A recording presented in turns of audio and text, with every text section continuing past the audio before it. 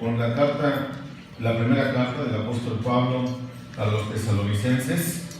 Y bueno, continuamos con este punto de la santidad. Esta santidad, recuerda, sin la cual nadie podrá ver a Dios. Dios tiene una demanda de nosotros que es santidad. Y es muy interesante ver cómo el apóstol Pablo, en esta carta, en este versículo, va a decir o está diciéndole a los tesalonicenses cosas sumamente importantes para el bienestar de la iglesia. Esto es lo que quiero que notemos. Es para el bienestar de la iglesia. ¿Por qué para el bienestar de la iglesia? Primero, porque el apóstol Pablo está hablando a una iglesia, tiene un destinatario esta carta.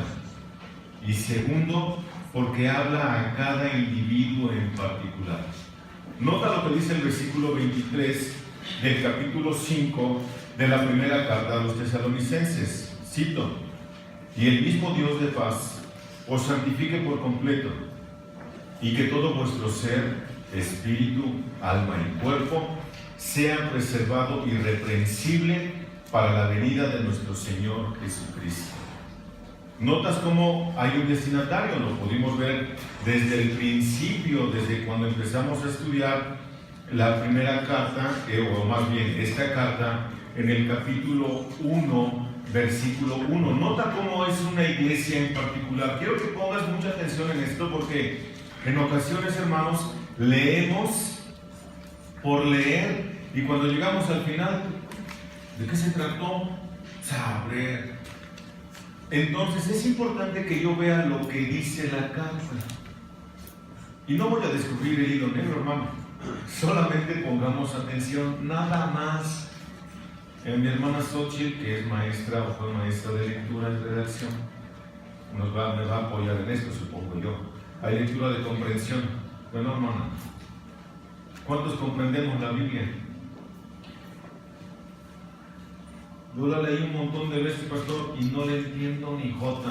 Bueno, pon atención, nada más pon atención. Es importante que nosotros, para poder entender un libro, una carta de la Biblia, primero sepamos a quién va dirigido. Segundo, quién lo escribió. Tercero, por qué lo escribió. Y cuarto, para qué lo escribió. Son preguntitas que nosotros le podemos hacer al texto y el texto no la resuelve solo. Nota, la primera carta a los tesalonicenses en el capítulo 1, versículo 1. Nota, Pablo, Silvano y Timoteo. ¿Quiénes son los autores? Pablo, Silvano y Timoteo. ¿A quién? Nota, a la iglesia de los tesalonicenses. ¿Cómo era esta iglesia? Era una iglesia, dice el texto, en Dios Padre. Nota la firmeza y la grandeza de esta iglesia. En Dios Padre y en el Señor Jesucristo. Ahora nota, gracia y paz a vosotros. No voy a predicar este versículo porque ya se los enseñé, hermano. También me detuve como en el versículo 23 y fui desglosando una por una de las frases. Entonces quiero que notes ahorita esto. ¿A quién va dirigida la carta? A la iglesia de los tesalonicenses. Es una iglesia, es una carta que va a abarcar a una comunidad, ¿cierto?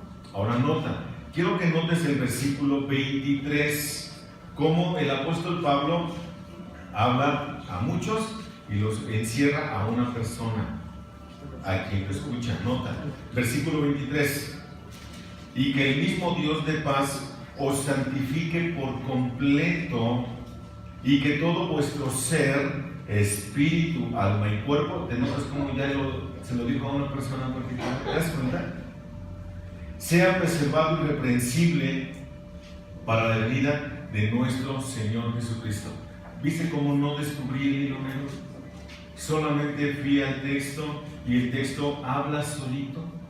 Ahora, qué interesante es que nosotros podamos ver que este asunto de la santidad no es un asunto desconocido en el contexto de la Escritura. Por eso le pedí a mi hermano Mauricio que sacara este canto, que este último canto que habla acerca de lo que es la palabra de Dios. Ella me santifica, recuerdas que lo vimos la semana pasada. La palabra de Dios me santifica. Este es el medio por el cual yo voy a ir dejando muchas cosas que traigo en pecado. Muchas cosas. Hermanos, si yo no leo otra vez, si yo no estudio, si yo no memorizo, si yo no medito, si yo no oigo la palabra de Dios, no voy a llegar muy lejos. Voy a vivir un cristianismo mediocre. Y si entendemos, ya les he dicho la palabra mediocre, es que medio cree y medio no cree. Ese es mediocre. Cuando no cree, pues hace lo que quiere, y cuando cree, sí trata de alinearse. Ese es un mediocre. Es un mediocre, hermano. Entonces es importante que yo vea que es Dios, dice el versículo 23, que es Dios quien nos va a santificar por completo. Uno es nuestro andar cristiano. Este es un proceso, ya lo sabemos, de santificación. Es un proceso en el que debemos de ir siendo mejores. ¿Alguien es peor o igual que hace 8 días? En teoría no debería de ser. Si eso sucedió, analízate a ti mismo, haz un examen intro y retrospectivo y analiza tu vida si estás peor o igual que hace 8 días. Si esto es así, algo está pasando en tu vida. Escucha esto. Si esto es así, algo dejaste de hacer. Algo dejaste de hacer de estas 5 cosas. Algo que no sé, tú sí lo sabes. Así que el apóstol Pablo está hablando a los tesalonicenses y está diciendo que sea Dios quien sea el que los santifique por completo en todo vuestro ser. Y habla de 3 elementos de este ser en esta carta, hermano. Y aquí voy a tratar de explicar un punto que no es tan difícil cuando se sabe exponer. Entonces espero en Dios poder exponerlo con claridad. Voy a hablar de lo que es una dicotomía y voy a hablar de lo que es una tricotomía. De eso habla el texto.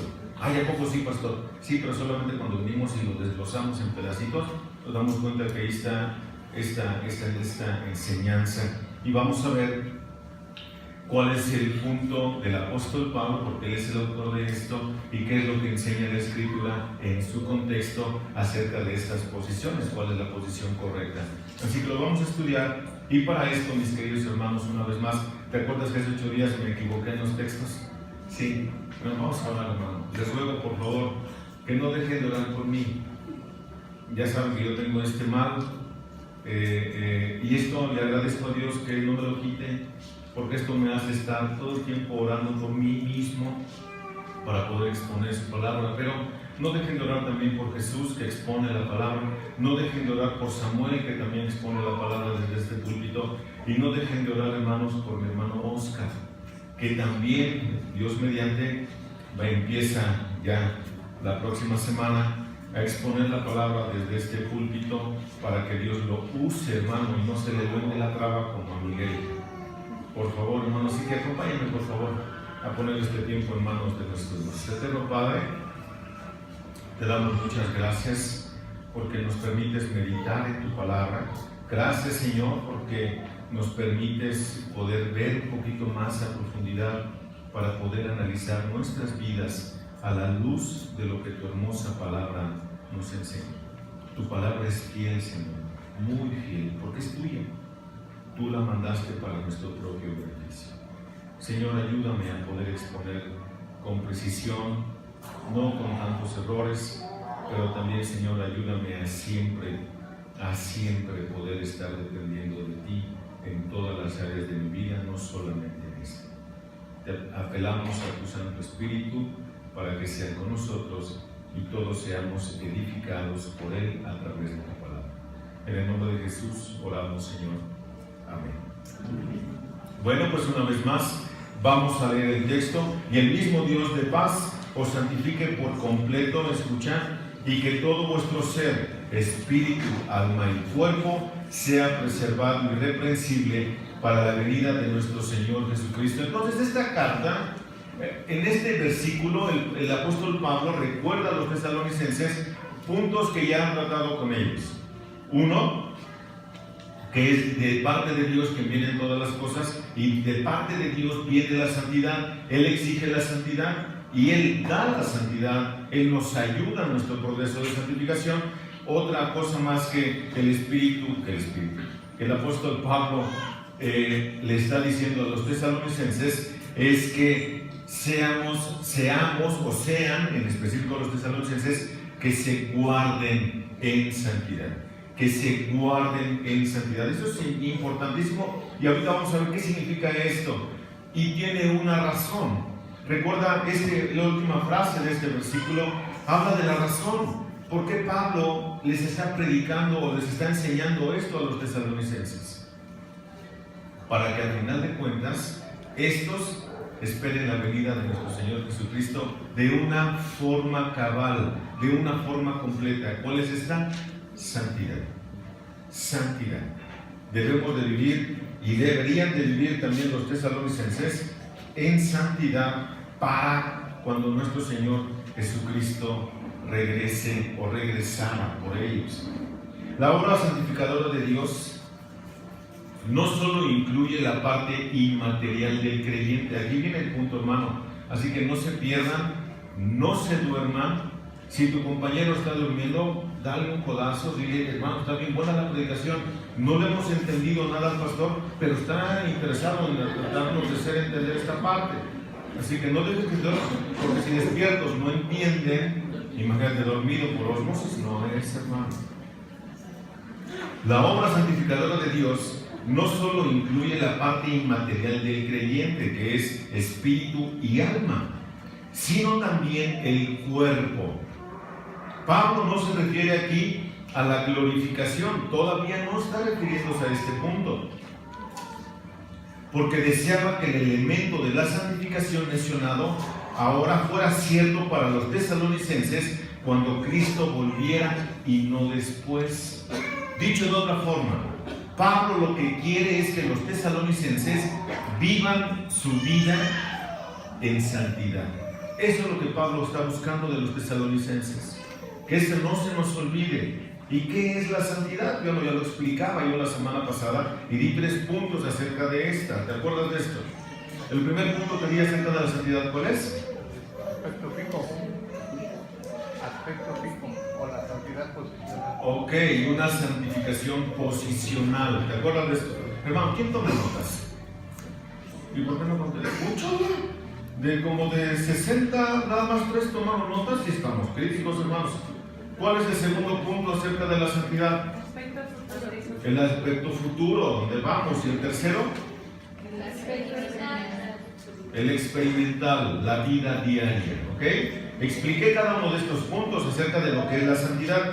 Entonces, cuando traemos esto en el contexto, ahora sí podemos entender que Pablo no está refiriéndose entonces a una santidad futura, sino a una santidad experimental, lo que cada uno de nosotros tenemos que estar viviendo. Por supuesto, también los tesalonicenses, en vista de la cultura griega prevalente en aquel tiempo del apóstol Pablo, es importante que Pablo incluyera el cuerpo en su bendición. Ya está terminando la carta, hermano. Es importantísimo. Es cultura influenciada por el dualismo filosófico, según el cual el espíritu del hombre es inherentemente bueno y su cuerpo es inherentemente malo. No había ahí una concordancia en este tipo de enseñanza. No tenía al cuerpo en buena estima.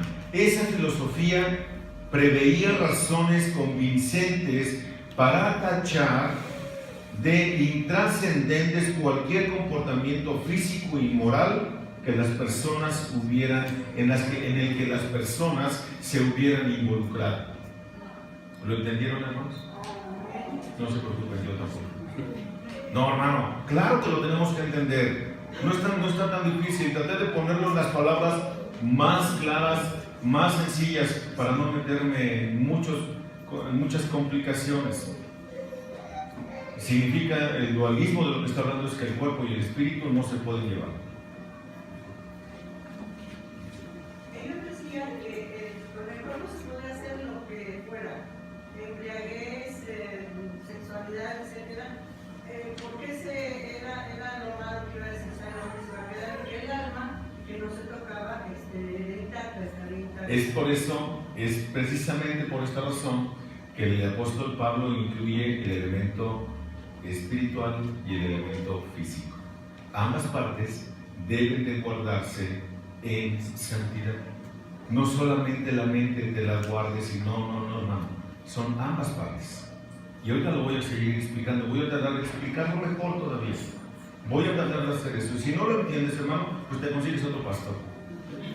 Lo pasa a Samuel, lo pasa a Jesús, a ver quién lo hace mejor.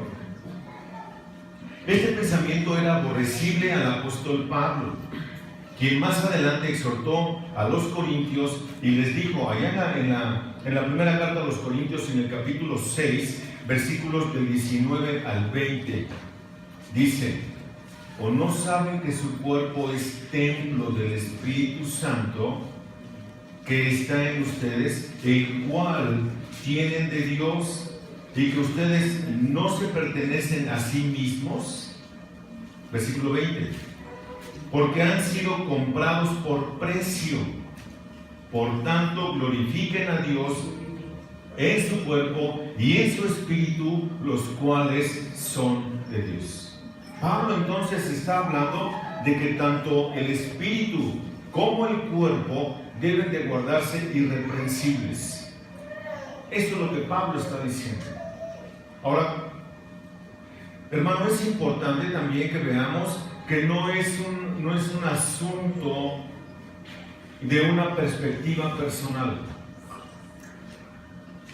¿Sí?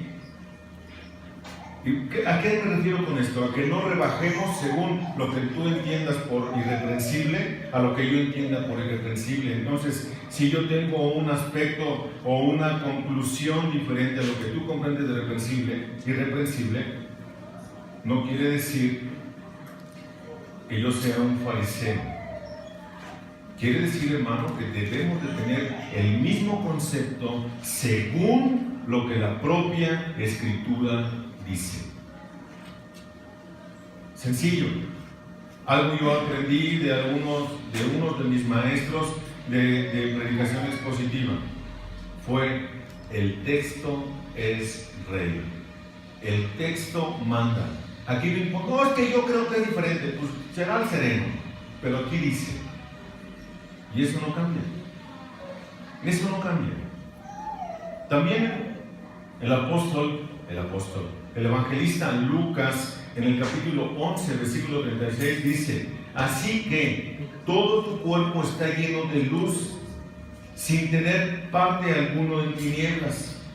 Estará totalmente iluminado cuando la lámpara te alumbra con sus rayos.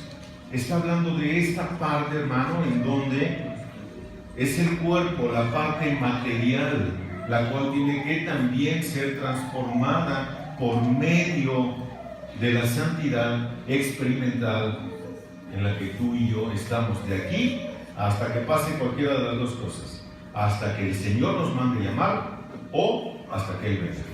No hay de otra. Santiago, en el capítulo 3, versículos 2, vamos allá, hermanos, porque son textos que nos ayudan a poder comprender con una mejor precisión esto. Santiago, en el capítulo 3, versículo 2, versículo 3, versículo 2, versículo 3 y versículo 6. Dice: porque todos tropezamos de muchas maneras. Si alguno no tropieza en lo que dice, es un hombre perfecto, capaz también de refrenar todo el cuerpo. ¿Sí? Versículo 3. Ahora bien, si ponemos el freno en la boca de los caballos para que nos obedezcan, déjenme que me pongo en silencio, porque se me están empezando a mover las letras y les voy a decir exactamente lo que no dice. Dice: ahora bien, si ponemos el freno en la boca de los caballos para que nos obedezcan, dirigimos también todo su cuerpo. Versículo 6. Y la lengua es un fuego, un mundo de iniquidad. La lengua está presta entre nuestros miembros, la cual contamina todo el cuerpo. Es encendida por el infierno e inflama el curso de nuestra vida. O inflama, ¿qué dice la Reina Valera? La rueda de la creación. O sea, con la lengua, hermanos, somos capaces de hacer. Pero te das cuenta que si no refrenamos la lengua, todo el cuerpo está contaminado. Hoy. ¿Ya te diste cuenta por qué también Santiago está diciendo entonces que le pongamos un cabestrillo, un freno a nuestra lengua? Y si la podemos frenar, si la podemos controlar, eres capaz de controlar al dedo y es capaz de controlar el pie y ya no pecas. Controla la lengua. Es más, hermano, si controlas la lengua, eres capaz también de controlar tu órgano sexual y te impide llegar a la tutela. ¿A poco sí? Piensa en esto, piensa en esto. ¿Ya viste pasar un lindo gatito? ¡Oh! Y empiezas a sentir como que te late el corazón así, aprisa y te enfrías, te pones nervioso y ya no sabes ni qué hacer. Y dices, ¿será un lindo gatito? Y entonces vos dices, híjole, ¿qué crees? Que sí es. Eres tan atraído por esto que no vas a ir de inmediato a fornicar o a adulterar. Primero vas a ir y con la lengua. ¿Te das cuenta? Oh. Con la lengua, hermano. Con la lengua demostramos cuánto orgullosos somos. Con la lengua demostramos cuánto mal andamos. Hermano, con la lengua demostramos cuánta ignorancia tenemos. Con la lengua demostramos cuánta comunión tenemos con Dios. Con la lengua demostramos cuánta Biblia tenemos. Por eso Santiago está diciendo que si refrenamos nuestra lengua, somos capaces de poder controlar todo el cuerpo. Está hablando de la parte física, la parte material. Esto es lo que Pablo quería que los tesalonicenses pudieran hacer. Pero escucha, no por méritos propios, porque recuerda que lo que Pablo está haciendo es una oración de intercesión por los tesalonicenses para que estos alcanzaran una santificación en Dios y por Dios. ¿Te das cuenta? Si la santificación ha de completarse, se extenderá a cada parte del creyente, especialmente a su cuerpo. ¿Qué piensa? ¿Qué siente? Y actúa en respuesta a la santidad de la persona interior. ¿Sí? Así de sencillo. Se me iba a salir algo de la lengua, hermano. Cuidado con la lengua, Se me iba a salir algo, iba a decir algo. Durante años ha habido un debate importante sobre la definición y uso de los términos espíritu y alma. Y no han hallado todavía el hilo negro. Algunos, llamados tricotomistas, creen que Pablo estaba identificando, dos categorías distintas en la esencia no material del hombre. Porque aquí dice, bueno, en el texto que estamos estudiando, ahí dice espíritu, alma y cuerpo. Algunos piensan que Pablo tenía una idea tricotomista, pero no es así. No es así. Estas partes, junto con el cuerpo, hacen del hombre un ser tripartito. Otros, históricamente llamados dicotomistas, creen que espíritu y alma son palabras intercambiables para denotar la naturaleza interna e indivisible del hombre. Dicho de otra forma, los tricotomistas dicen que sí se compone el cuerpo humano de tres partes, espíritu, alma y cuerpo. Los dicotomistas dicen que el espíritu y el alma son lo mismo. Son palabras sinónimas. Eso es así llano a lo que estoy tratando de explicar, hermano. Por eso no dejes que se duerma al de al lado. Esto está tan difícil, hermano. Dale un codazo, pon un cocote y diles esto. Estos intérpretes consideran que el hombre es un ser bipartito, compuesto solamente por la naturaleza no material, espíritu y alma, y la materia, el cuerpo. Ningún texto de las Escrituras atribuye sustancias y funciones distintas al espíritu y al alma. Dicho de otra forma, la propia Biblia le está haciendo una, se me olvidó la palabra, un sinónimo entre palabras alma y espíritu. La misma Biblia es lo que hace.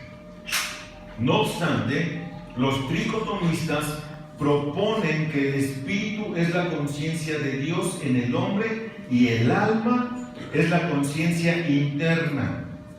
¿Ok? No obstante,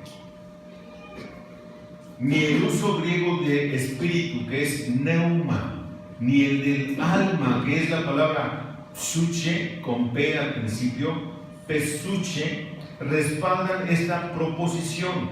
La parte inmaterial del hombre tiene innumerables capacidades para responder a los múltiples estímulos de Dios, de Satanás y del mundo. ¿Ok? Otra vez. Se quedaron con ojo cuadrado igual que yo. No se preocupen. No se preocupen. Cito otra vez. No obstante, los tricotomistas presuponen que el espíritu es la conciencia de Dios en el hombre y el alma es la conciencia terrenal. No obstante, ni el uso griego de espíritu neuma ni el del alma psuche respaldan esa proposición. La parte inmaterial del hombre tiene innumerables capacidades para responder a los múltiples estímulos de Dios, de Satanás y del mundo, pero no puede defenderse la separación arbitraria del espíritu y del alma. No hay otra parte, no existe esto. Los dos términos se usan de modo intercambiable en las Escrituras. ¿Sí? Hebreos en el capítulo 6, versículo 9, dice: tenemos como ancla del alma una esperanza segura y firme que penetra a través del velo. Mismo Hebreos, capítulo 10, versículo 39. Pero nosotros no somos de los que retroceden para perdición, sino de los que tienen fe para perseveración del alma. La primera carta de Pedro, en el capítulo 2, en el versículo 11, dice: amados, les ruego como extranjeros y peregrinos que se abstengan de las pasiones carnales que combaten ¿contra quién? Contra el alma. O sea que el alma también puede ser seducida, hermano. Corresponde a estimulaciones, ¿cierto? Y ahorita lo que voy a explicar es muy interesante, hermano, porque sujeto a qué estás, cuánta influencia del mundo tenemos para las decisiones que tomamos. ¿Cuánta influencia del mundo tenemos, hermano?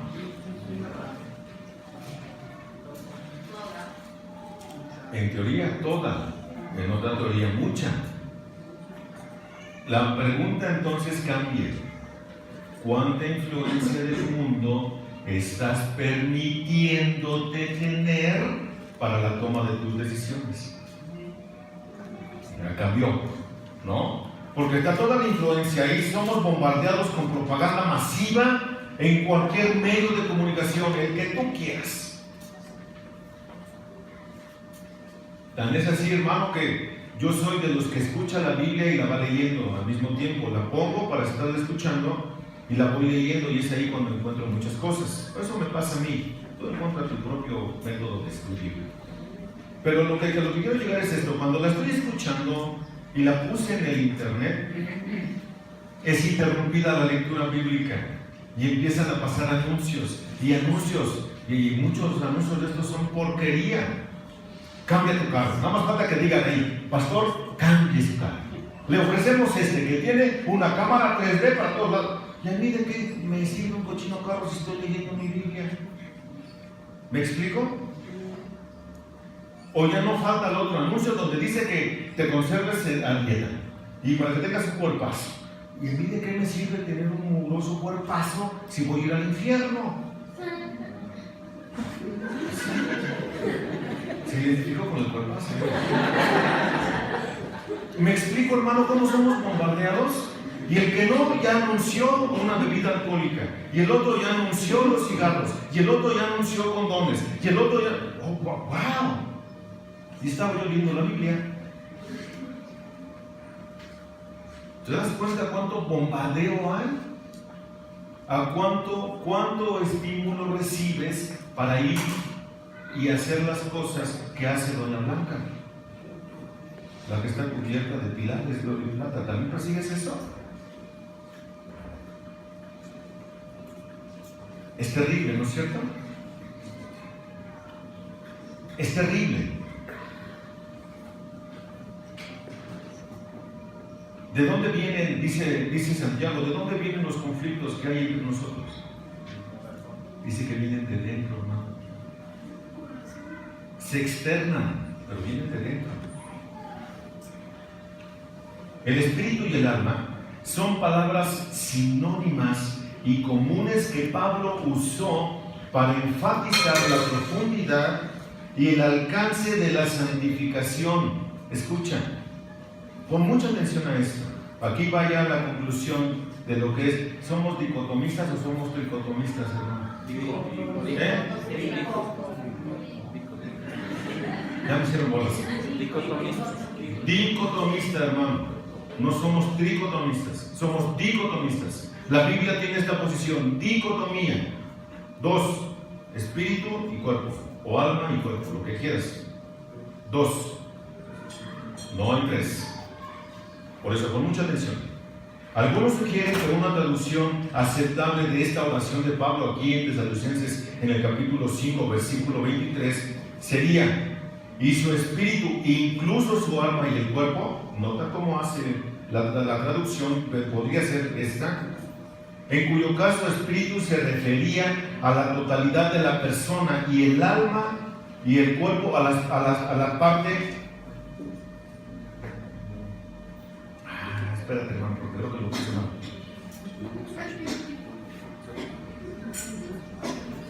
Oh, sí, ahí está.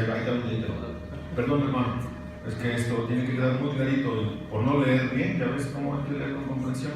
Dice que quedaría entonces, y su espíritu, incluso su alma y su cuerpo, en cuyo caso espíritu se referiría a la totalidad de la persona, alma y cuerpo a las partes inmaterial y material de la persona. No está hablando de tres partes que tenga la persona. ¿Sí? Las referencias de Pablo en otras cartas aportan evidencia de esta posición de la que estoy hablando, de la que Pablo es muy probable a la que se haya referido en este versículo. Hermano, ya estoy al terminar la carta y ve con qué problemón me vine a encontrar. Ya hubiera sido todo bien fácil, vivan sanos ya. Pero ve con lo que nos tenemos que encontrar y lo tenemos que estudiar lo mejor posible para poder exponerlo con la mayor claridad posible.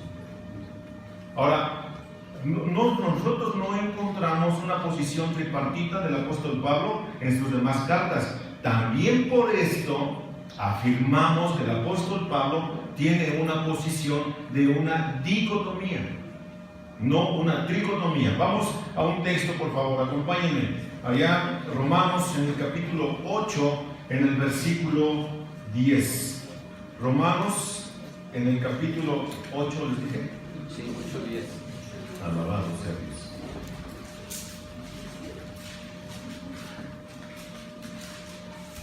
Sí, nota, es claro el texto. Dice: y si Cristo está en vosotros, aunque el cuerpo está muerto a causa del pecado, sin embargo, el espíritu está vivo a causa de la justicia. Pablo está mostrando con mucha claridad una posición de una dicotomía.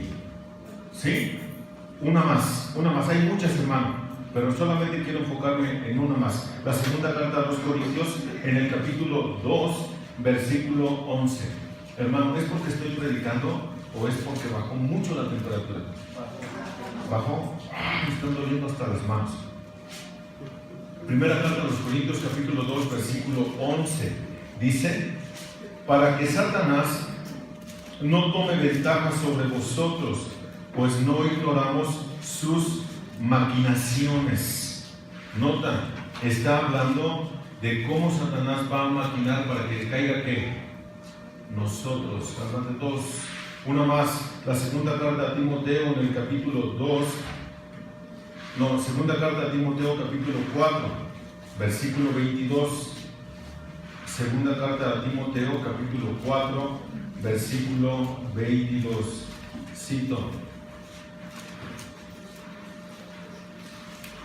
el Señor sea con tu espíritu, la gracia sea con vosotros.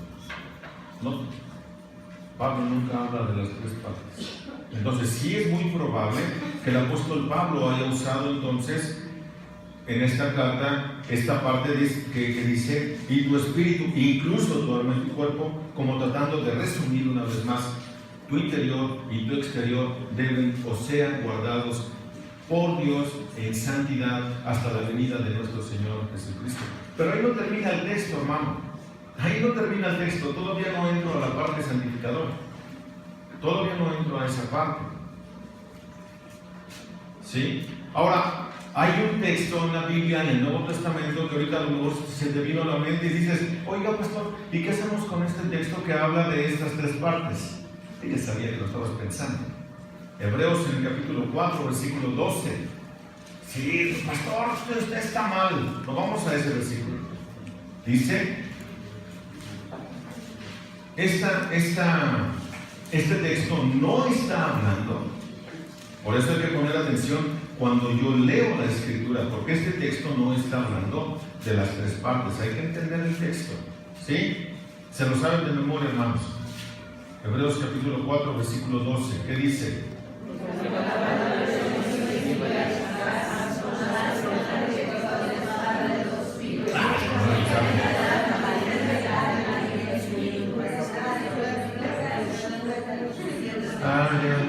Termino lo de leer. Nota lo que dice el texto. Pon mucha atención a lo que dice el texto. El texto no está hablando de una posición tripartita. El texto no está diciendo eso. Lo aclaro porque dice: ay, pastor, pues aquí dice. No, nota. La palabra de Dios, una, es viva y es eficaz. Y es más cortante que cualquier espada de 2 filos. Penetra hasta la división del alma y del espíritu. Está hablando de una penetración. Mas no, el texto no está hablando de que esta divida uno con el otro. De eso no habla el texto. Porque la palabra de Dios es viva y eficaz, y más cortante que cualquier espada de 2 filos, que penetra hasta la división del alma y del espíritu. Ponme Reina Valera, por favor, hermano. No está hablando de que esta divida uno con otro y lo hagan 3. No está hablando de eso. ¿Sí? Y hasta parece que habla de 4: alma, espíritu, mente y sentimientos en el corazón. Entonces no está hablando de que divida el cuerpo en tantas partes. Está hablando de la forma en la que penetra a lo más profundo de tu ser, porque es así como podemos alcanzar nosotros una santificación. Las palabras que siguen en el texto que estamos estudiando son contundentes, son muy contundentes. Una cuidadosa lectura de este texto nos dice que la espada corta el alma y el espíritu de la persona, mas no que los separa. ¿Sí? Nada más hay que leer con detenimiento y decir: sí es cierto, nunca lo había entendido. Yo tampoco, hermano, pero tuve que ir a estudiar. ¿Sí? Esto es lo que está diciendo el texto, hermano. Penetra hasta allá. Es importante que nosotros podamos ver esta parte de penetrar las coyunturas y los tuétanos para describir incluso mejor la penetración profunda de la palabra de Dios en la persona interior. Este versículo no plantea dificultades especiales a una posición de una dicotomía. Nada más hay que entenderlo porque, ay, es que así dice, no. El texto no está hablando de que las divide. El texto no está hablando de que separen una con la otra. El texto está hablando de que penetren hasta allá. Ahora, toda esta explicación, ¿para qué? ¿Para qué, hermano? Regresamos a nuestra carta, por favor. La primera carta a los Tesalonicenses, en el capítulo 5, versículo 23. Ahora nota. Y que todo vuestro ser, espíritu, alma y cuerpo sea que preservado, sea guardado. Esta palabra guardado o preservado, preservado es la versión de las Américas y guardado es la versión de la Reina Valera. ¿Qué significa esto? Preservar me da la idea de conservar. ¿Sí? Acuérdate que en el tiempo no habían refrigeradores, salaban las carnes para que se preservaran de cualquier cosa, ¿no? Pero esta palabra es un adverbio. Sea guardada por completo, o sea guardada irreprensible. Guardar es un verbo, e irreprensible es un adverbio. ¿Qué es un adverbio? Modifica al verbo. Un adverbio modifica al verbo. Hasta gramática ya se metió este pastor. No, soy recurro para la gramática. Pero como tengo que ir a estudiar, tengo que darme cuenta para poder entender. Y aquí viene la explicación. Irreprensible es un adverbio. Ahora quiero que notes esto. El apóstol Pablo le escribe a Timoteo de las características que debe de tener un obispo. Y dice que el obispo sea irreprensible. Aparece la misma palabra, pero no está usada de la misma forma. Porque en Timoteo es un adjetivo. ¿Qué es un adjetivo? El que modifica al sujeto. ¿Ok? Modifica al sujeto. Entonces, y ahorita voy. Si aquí irreprensible es un adverbio, el cual está modificando al verbo, significa entonces que yo no voy a guardar por guardar. ¿Sí? Significa que yo no debo de ser un cochino. Hermano, yo puedo usar mi camisa. Bueno, quienes traigan camisa blanca se van a dar cuenta que sus mamitas no los bañaron cuando eran chiquitos con agua con sal. Se despintan, hermanos. ¿Cómo dejan las camisas? A mí se me echaba, ¿cómo dejas tus camisas, Mauricio? Limpiecitas, ¿no? Te das cuenta que se mancha la camisa, ¿no es cierto? Y eso dice, ay, pues ya está, me cayó de duro. Bueno, ya se manchó la camisa, ya se ensució. Así guardará. No, hay un adverbio que modifica ese guardar. ¿Cómo lo voy a guardar? Irreprensible. Entonces no es guardar por guardar. No es como tú quieras vivir tu vida cristiana. ¡Wow! Champ, de aquí como que ya nos modificó a todos. ¿Te das cuenta? Para que sea preservado, irreprensible, tiene que ser guardado en santidad, irreprensible. Ahora, ¿qué es irreprensible, hermano? Que no haya de algo de lo cual nos puedan acusar públicamente. Ahora, el significado de la palabra en Timoteo no cambia. Porque en Timoteo es un, ¿qué les dije? Adjetivo. Un adjetivo modifica al sujeto. ¿Quién es el sujeto en Timoteo? el obispo. El sujeto es el obispo. ¿Sí o no? Porque dice, el que anhela obispado, ahí está, buena obra desea. Pero es necesario que el obispo, ahí está el sujeto, sea irreprensible. El irreprensible, que es un adjetivo, está calificando al sujeto. Y me está diciendo este adjetivo en qué áreas de mi vida o en qué áreas de la vida del sujeto tiene que ser irreprensible para que no haya algo de lo cual lo puedan acusar públicamente. Porque si hay algo de lo cual lo puedan acusar públicamente, está descalificado para el ministerio. Por eso es un adjetivo, porque califica al sujeto. Por eso aquí es un adverbio que modifica al verbo. Entonces no es de que yo viva la vida como yo quiera. Ay, es que usted no es muy legalista, pastor.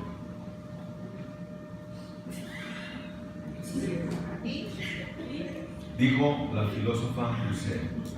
¿Sí o no? Lucero Lander Ogasa. Y quedamos en el canto, ¿no es cierto? Por eso cuando digo Mauricio, y ojalá nos den permiso, por supuesto de permiso, de volver a cantar ese canto. Porque habla de la grandeza de la palabra de Dios. Yo no puedo estar viviendo la vida loca y pensando que cuando Cristo venga por su iglesia me voy a ir con Él. Nota. Porque hay un fin específico en todo esto, hermano. Hay un fin específico. No es guardar por guardar. Es guardar irreprensible.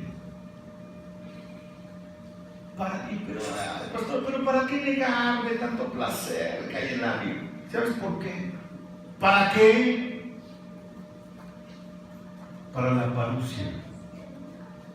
Para la venida de nuestro Señor Jesucristo, la cual hoy está más cerca que cuando escribió esta carta. Esto es lo que Pablo está diciendo aquí. Esto es lo que Pablo dice. Si usted cree que hay otra cosa diferente, vaya y estudie el texto y dígame, pastor, se equivocó. Esto es lo que dice el texto, hermano. Esta es la razón por la cual nosotros debemos de guardarnos en santidad. Ahora nota cómo el texto lo podemos dividir ahora en tres. Y que el mismo Dios de paz os santifique por completo. Uno, ¿quién santifica? Dios. Dos, ¿qué va a santificar de mí? Mi interior y mi exterior. Tercero, ¿para qué? Para la vida de nuestro Señor Jesucristo. Aquí hay una predicación fácil, hermano. Tres elementos por los cuales Pablo ora: que sea Dios por nosotros,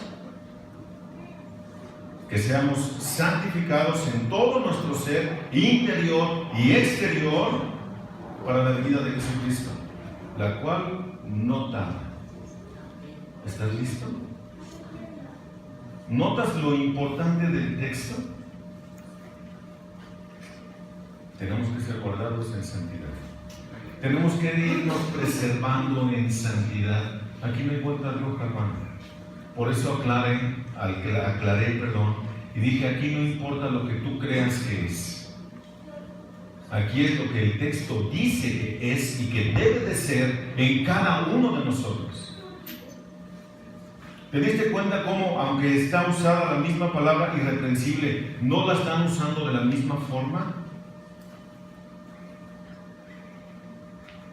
Hermano, tú y yo tenemos que seguir en pro de una santidad día con día. No está hablando el apóstol Pablo de una religiosidad en donde ya quieras irte a un monasterio. No está hablando de eso. El Señor Jesús nunca habló de eso. El Señor Jesús dijo: santifícalos en tu verdad, tu palabra es verdad. Y en la misma oración de Juan capítulo 17, el Señor Jesús dijo: no te pido que los quites del mundo, sino que los guardes del mal, que los guardes del mal. Otra vez. Aparece es la misma idea, hermano. ¿Sí? Así que tenemos mucho que hacer, mucho que caminar, mucho que santificarnos día con día.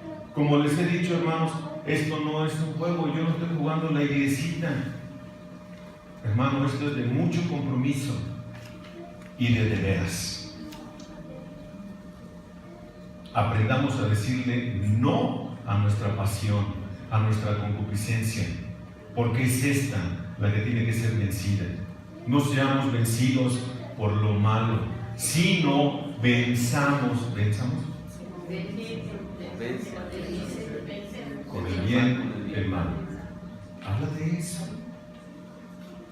Sometámonos a una transformación santificadora día a día y glorifiquemos a Dios en nuestras vidas. Nunca busques, si tú eres un verdadero hijo de Dios, nunca busques tu propia gloria. Nunca busques tu propio beneficio. Siempre busca agradar a Dios. Siempre. Aquí no, hermano, ¿qué dirá el pastor? ¿Lo aprobará? No, preocúpate si lo aprueba Dios o no. Que ese sea tu parámetro. No el pastor. Aunque nosotros tenemos toda la responsabilidad de conservarnos exactamente igual y un poquito más alto, para que ustedes vengan atrás de nosotros. De eso se trata. Dios quiera y Jesús y Samuel y yo podamos decirle a cada uno de ustedes: sean imitadores de nosotros, así como nosotros lo somos de Cristo. Y entonces toda la iglesia nos parezcamos cada vez más a Él y lo glorifiquemos a Él. Que vean a Cristo en nuestras vidas y que nos ayudemos unos a otros a parecernos cada vez más a Cristo. Que eso hagamos. Otra vez, aquí no se trata de lo que tú crees que es. Aquí se trata de lo que el texto dice. Y amén. Eterno Padre, te damos muchas gracias por tu palabra, Señor. Gracias porque nos permites poder estudiar con la mayor profundidad posible a nuestro alcance. Y nos damos cuenta, Señor, que sumergirnos en tu palabra es sumergirnos en santidad. Por favor, Señor, ayúdanos, amado Padre, a morir cada día a nosotros mismos y vivir para Cristo, vivir para ti, para que seas tú glorificado por encima de cualquier cosa que pensemos o que hagamos. Ayúdanos, Dios. Ayúdanos a que con santidad podamos impactar a esta sociedad. Ayúdanos, Padre, a estimularnos unos a otros al amor y a las buenas obras. Si vemos a alguien desanimado, que vayamos y lo ayudemos. Si vemos a alguien desordenado, que vayamos y le ayudemos. Padre mío, que tu palabra sea algo muy, muy, muy importante en nuestras vidas. Ayúdanos, Señor. Ayúdanos a vivir de tal manera que podamos glorificarte. Ayúdanos a reflejar tu santidad. Ayúdanos, Dios. Te lo rogamos en el nombre de Jesús, nuestro Salvador. Amén.